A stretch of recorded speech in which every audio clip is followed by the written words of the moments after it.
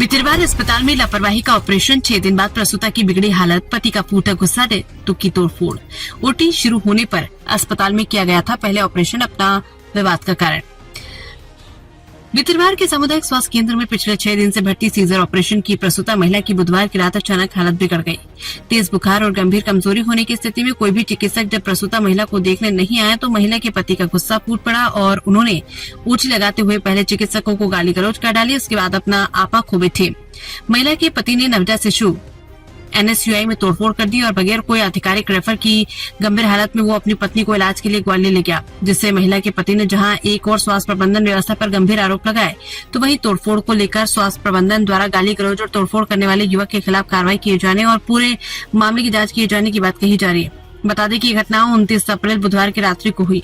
27 वर्षीय कल्पना बुंदेला अपनी पत्नी किशन बुंदेला निवासी ग्राम हथेड़ा 24 अप्रैल से अस्पताल में भर्ती थी। उनका सीजर ऑपरेशन बीतेरवार के सामुदायिक स्वास्थ्य केंद्र में ओटी यूनिट के शुभारंभ के अवसर पर किया गया था। तभी से उक्त प्रसूता महिला अस्पताल में भर्ती थी।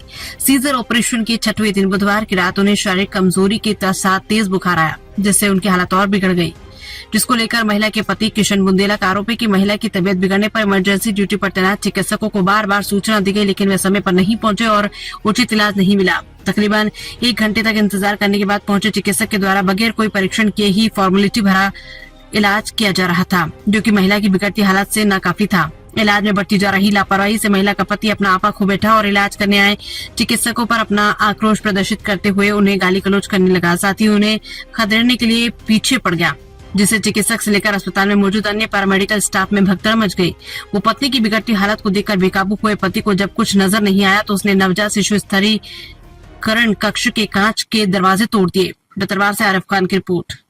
पेशेंट को कहीं कोई दिक्कत हो जाए, थोड़ा बहुत भी कोई परेशानी हो तो वो भी हम उसको ठीक से मैनेज कर पाएँ, इलाज कर पाएँ, इसी उद्देश्य के साथ उनको रखा था। एक बुखार आया था, बुखार की वजह से स्वाभाविक रूप से कभी आती ठंड लगती है, तो ऐसी कंप्लेंट थी। डॉक्टर साहब को बुलाया तो आने में करीबन 10 मिनट का समय बता रहे हैं। डॉक्टर साहब 10 मिनट के अंदर आ गए थे, तो वो भी उनको हो सकता है कि ज़्यादा लगा हो, 10 मिनट का समय भी मरीज को उस एंगल से देखें तो ज़्यादा लग सकता है। बिल्कुल। तो इस संबंध में भी मैं एक इंक्वायरी कर रहा हूँ कि भाई इतना भी समय और जल्दी क्यों नहीं आ सकते थे, कहाँ पर बिजी थे, तो ये बताएंगे। लेकिन उसके बाद जो परिजनों ने किया, डॉक्टर साहब के साथ भी भद्रता की भाषा का प्रयोग किया, स्टाफ के साथ भी किया और तोड़फोड़ भी किया, तो इसके संबंध में हम लोग अपना रिपोर्ट लेकर के थाने में रिपोर्ट लिखवाने के लिए जा रहे हैं।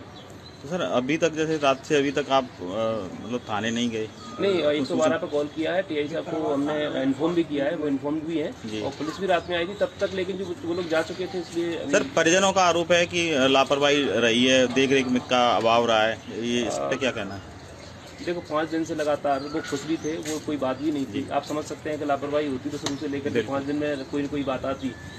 किसी मरीज को मैंने पहले भी कहा कि जब भर्ती रखा जाता है इसका उद्देश्य ये होता है कि कोई परेशानी आती है उसको मैनेज कर पाएंगे। बिल्कुल।